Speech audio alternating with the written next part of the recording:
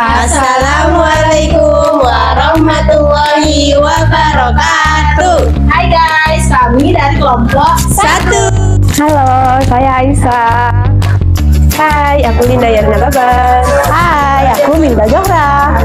Hai, saya Nurani Sanstian. Halo, aku Nurul Faria. Selamat menonton Merdeka Keuangan kami. Nah, selanjutnya kita masuk pada materi Net Present Value atau NPV. Nah, NPV ini adalah kriteria terpenting dalam evaluasi sebuah investasi, merupakan tujuan manajemen keuangan semua perusahaan untuk meningkatkan atau menciptakan nilai tambah bagi perusahaan atau pemegang sahamnya. Nah, kriteria NPV juga bicara tambahan nilai dari sebuah proyek atau investasi untuk sebuah perusahaan, khususnya pada pemegang saham. Nah, NPV adalah selisih antara jumlah kas yang dihasilkan sebuah proyek investasi atau setelah memperhitungkan nilai waktu dari uang dan investasi yang diperlukan atau selisih PV dari sebuah proyek dan investasi awal. Nah, pada NPV sendiri ini kita akan mengenal NPV positif dan NPV negatif, di mana NPV positif adalah di mana dia itu nilainya menambah sebuah nilai perusahaan, dan apabila NPV-nya negatif maka dia akan menurunkan nilai dari sebuah perusahaan. Nah, yang mana yang diinginkan perusahaan? Sudah pasti yang diinginkan oleh si perusahaan adalah NPV yang positif, yaitu yang menaikkan nilai dari si perusahaan.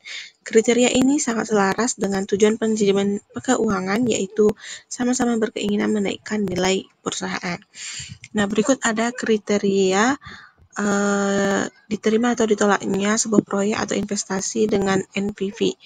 Nah, di sini apabila nilai NPV-nya itu lebih besar dari 0, maka proyek itu dapat diterima, dan jika NPV-nya itu lebih kecil dari sama 0, itu maka dia akan ditolak. Dengan NPV adalah PV semua arus kas dari proyek atau investasi dikurang investasi awal sama dengan PV dikurang I0 sama dengan sigma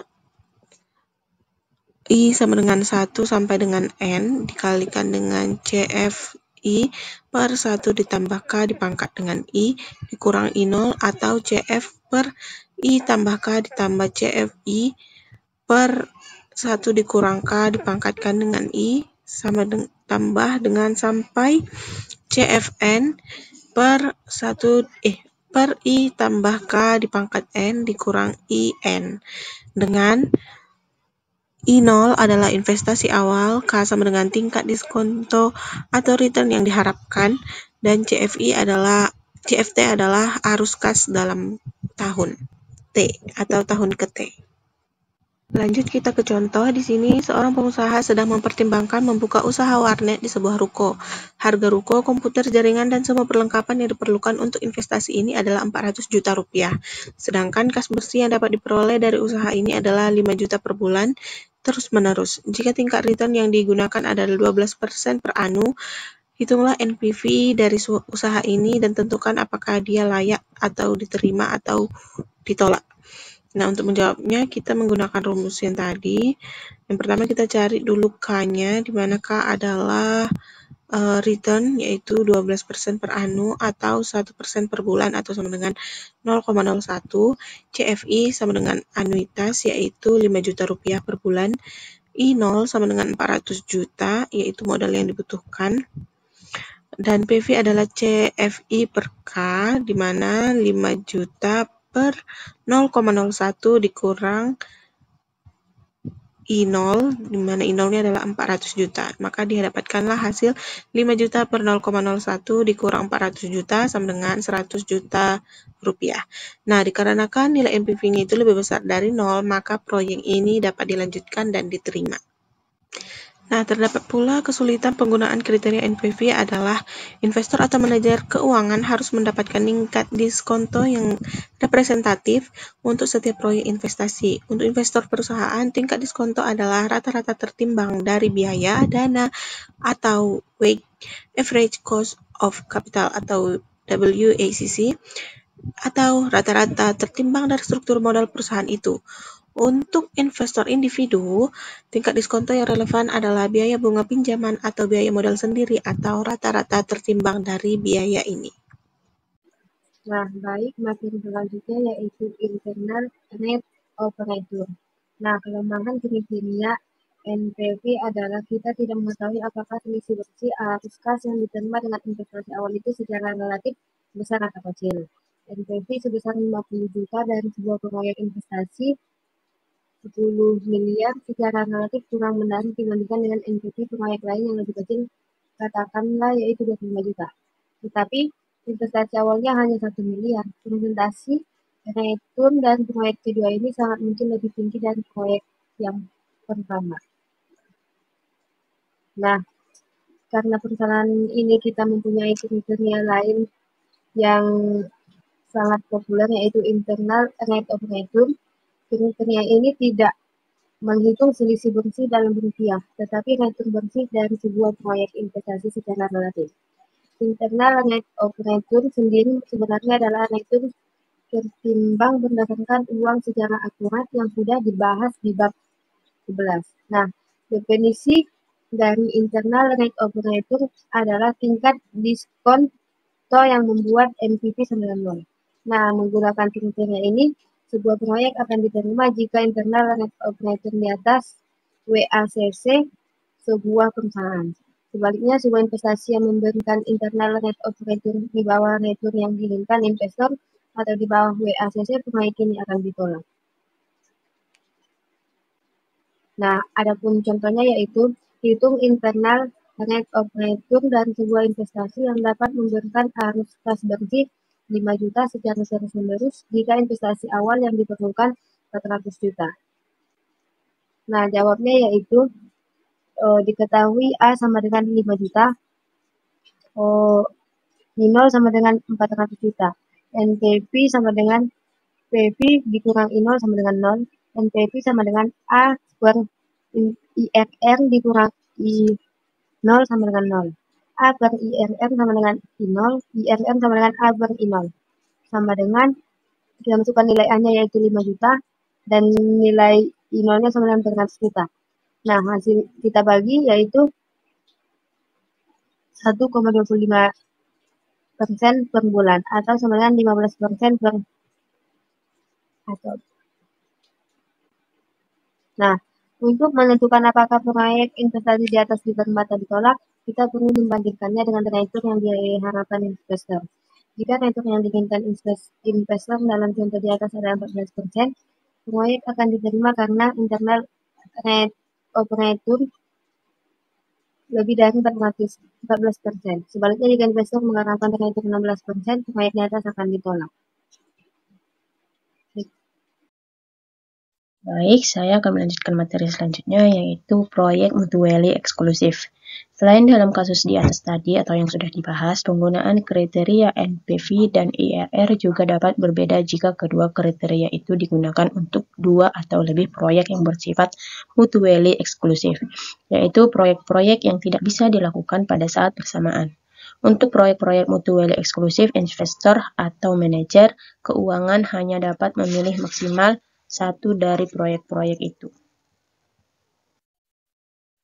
Jadi, untuk 2 proyek A dan B yang mutually eksklusif, investor hanya dapat memilih A saja, B saja, atau tidak kedua-duanya. Memilih keduanya walaupun masing-masing proyek mempunyai NPV positif besar dan IRR jauh di atas return yang diharapkan adalah tidak mungkin karena keduanya mutually eksklusif. Demikian juga jika ada 3 proyek, misalnya X, Y, dan Z. Jika ketiga proyek itu mutually eksklusif, maksimal hanya satu yang dapat dipilih. Contoh nyatanya adalah jika proyek A dan proyek B sama-sama memerlukan investasi awal sebesar 1 miliar rupiah dan dana yang dapat disiapkan baik dari pinjaman atau dari modal sendiri adalah juga 1 miliar rupiah. Kedua proyek menjadi mutually eksklusif karena keterbatasan dana. Jika dana yang ada lebih dari 2 miliar rupiah, kedua proyek itu tidak menjadi mutually eksklusif.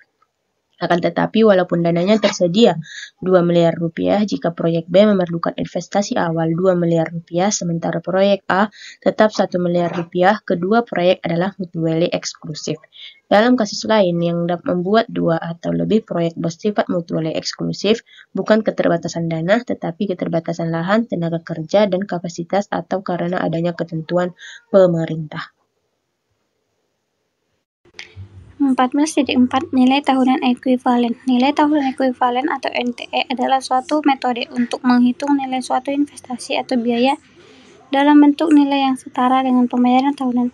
Dalam konteks ini, NTE digunakan untuk menyederhanakan perbandingan antara berbagai pilihan investasi atau pembayaran dengan mempertimbangkan nilai sekarang dan pembayaran periodik yang dapat diterima atau dibayar dalam jangka waktu tertentu. Persamaan untuk nilai ekuivalen adalah EAV sama dengan NPV per 1 dikurang 1 tambah K pangkat min N dibagi K. Contoh, seorang manajer keuangan sedang mempertimbangkan 2 proyek yang berbeda jangka waktunya. Proyek 1 hanya memerlukan waktu 5 tahun, memerlukan investasi awal 100 juta 1M, dan setiap tahun selama 5 tahun ke depan dapat menghasilkan kas sebesar 400 juta. Sedangkan proyek 2 berjangka waktu 2 kalinya, memerlukan investasi awal 1,500 M dengan harus kas bersih sebesar 350 juta setiap tahun selama 10 tahun. Menurut Anda, proyek mana yang lebih menguntungkan pada tingkat diskonto 12%? Nah, jawabannya proyek 1 yaitu E-nya sama dengan 5, A-nya sama dengan 400 juta. Jadi, hasil dari proyek 1 itu sebesar 122.590.268.000. Dan untuk proyek yang kedua itu sebesar 84.753.754.000. Nah, baiklah, di sini saya akan menjelaskan mengenai biaya tahunan ekuivalen. Nah, biaya tahunan ekuivalen atau equivalent annual cost atau sering disingkat dengan EAC adalah cara menghitung biaya rata-rata per tahun untuk suatu proyek atau peralatan. Nah, tujuannya adalah untuk membandingkan proyek-proyek atau peralatan dengan umur yang berbeda sehingga lebih memudahkan kita memilih mana yang lebih hemat. Nah, konsep ini biasanya digunakan untuk memilih satu peralatan atau sistem dari beberapa pilihan yang ada yang paling efektif dalam hal biaya atau cost efektif. Nah, biaya tahunan ekuivalen atau EAC ini hampir sama dengan nilai tahunan ekuivalen atau EAV. Bedanya, EAV ini menghitung nilai atau selisih bersih hasil investasi dari investasi awal, sedangkan EAC hanya menghitung biaya. Nah, pembilang dalam EAV adalah Net Present Value atau NPV, sedangkan pembilang dalam EAC adalah Present Cost. Nah, sehingga dalam kriteria EAV ini kita memilih proyek dengan EAV terbesar, sedangkan dalam kriteria EAC atau biaya tahunan ekuivalen ini kita memilih peralatan dengan EAC terendah. Nah, kalau EAV itu yang terbesar, sedangkan untuk EAC itu adalah yang terendah. Nah, untuk lebih memahami, kita masuk ke contoh soal. Di sini ada contoh, sebuah pabrik sedang mempertimbangkan pembelian sebuah mesin. Nah, ada 2 produk tersedia di pasar. Kita sebut aja untuk mesin A dan mesin B. Nah, untuk mesin A ini berharga 10 juta dan memerlukan biaya operasional sebesar 1 juta rupiah setiap tahunnya dan harus diganti setiap 2 tahun. Sedangkan mesin B berharga 14 juta dengan biaya operasional tahunannya itu sebesar 800.000 dan dapat digunakan selama 3 tahun. Nah, pertanyaannya mesin mana yang sebaiknya dibeli jika tingkat diskontonya adalah 10%? Nah, dari soal sudah diketahui bahwa tingkat diskontonya adalah sebesar 10% atau 0,1. Nah, CFI ini adalah arus kas per tahun atau biaya operasional per tahunnya. Untuk mesin A itu sebesar 1 juta dan mesin B itu 800.000. Nah, sementara untuk I0 itu adalah investasi awal atau harga dari sebuah produk. Nah, produk di sini kan mesin. Nah, mesin A dan mesin B. Untuk mesin A itu harganya sebesar 10 juta dan mesin B itu adalah 14 juta. Nah, selanjutnya sebelum kita masuk ke perhitungan biaya tahunan ekivalen, seperti yang sudah saya paparkan sebelumnya, bahwa di biaya tahunan ekivalen ini kita harus mencari present cost atau present value-nya terlebih dahulu. Nah, di sini ada mesin A dan mesin B. Maka kita mencari satu persatu. Nah, dengan menggunakan rumus present cost atau present value itu sendiri, maka didapatlah untuk mesin A itu sebesar min 11.736.000. Nah, min 10 juta ini adalah harga dari mesin A. Yang 1 juta ini adalah biaya operasional per tiap tahunnya dari mesin A. Nah, 1,1 ini dapat dari mana? Nah, 1,1 ini dapat dari 1 ditambah tingkat diskonto. Jadi kan tingkat diskontonya sebesar 0,1, maka 1 ditambah 0,1 itu adalah 1,1. Nah, pada mesin A ini kan tadi 2 tahun, maka di sini untuk tahun pertama, dan di sini untuk tahun kedua, maka di sini pangkat 2. Dengan cara yang sama, untuk mesin B, didapatlah hasilnya min 15.989.000 rupiah. Nah, kita perhatikan dari kedua hasil di atas, mesin A akan jadi lebih menarik karena memiliki present cost yang lebih rendah. Nah, namun masalahnya mesin A ini hanya dapat efektif selama 2 tahun dengan total biaya sebesar 11.736.000. Nah, sedangkan mesin B ini walaupun harganya lebih mahal, yaitu 15.999.000, tetapi dapat bermanfaat setahun lebih lama, yaitu 3 tahun. Nah, karena mempunyai umur yang berbeda, harga keduanya tidak dapat dibandingkan langsung. Nah, hal yang perlu dilakukan adalah menghitung biaya tahunan selama umur mesin yang dibayarkan untuk masing-masing mesin. Nah, ukuran untuk itu adalah biaya tahunan ekivalen atau EAC. Nah, di sini kita cari satu persatu, di mana persamaan ataupun rumus untuk mencari biaya tahunan ekivalen ini adalah rumusnya present cost per 1 dikurang 1 tambah K pangkat N, pangkat min N per K. Nah, di sini untuk mesin A, present cost A per 1 dikurang 1 ditambah K pangkat min 2. Karena tadi kan selama 2 tahun, maka di sini 2 per K. Maka selanjutnya kita substitusikan sesuai yang sudah diketahui di soal. Maka di sini untuk present cost A-nya kan tadi sudah didapat sebesar 11.736.000 per 1 ditambah 1 ditambah 0,1 pangkat min 2 per 0,1. Maka didapatlah untuk EAC mesin A atau biaya tahunan ekivalen mesin A itu sebesar min 6.762.000. Dengan cara yang sama untuk mesin B itu didapat hasilnya 6.429.000. Nah, berdasarkan EAC atau biaya tahunan ekivalen, pabrik itu lebih menguntungkan untuk membeli mesin B. Nah, kenapa? Karena EAC B untuk mesin B itu lebih kecil dari EAC mesin A. Nah, seperti yang sudah saya paparkan sebelumnya, bahwa di EAC atau biaya tahunan ekivalen ini kita mencari harga atau biaya yang terendah. Maka yang terendah kan mesin B. Nah, untuk itu pabrik lebih menguntungkan untuk membeli mesin B, yaitu sebesar 6.429.000. Sekian dari kami. Assalamualaikum warahmatullahi wabarakatuh. Bye-bye.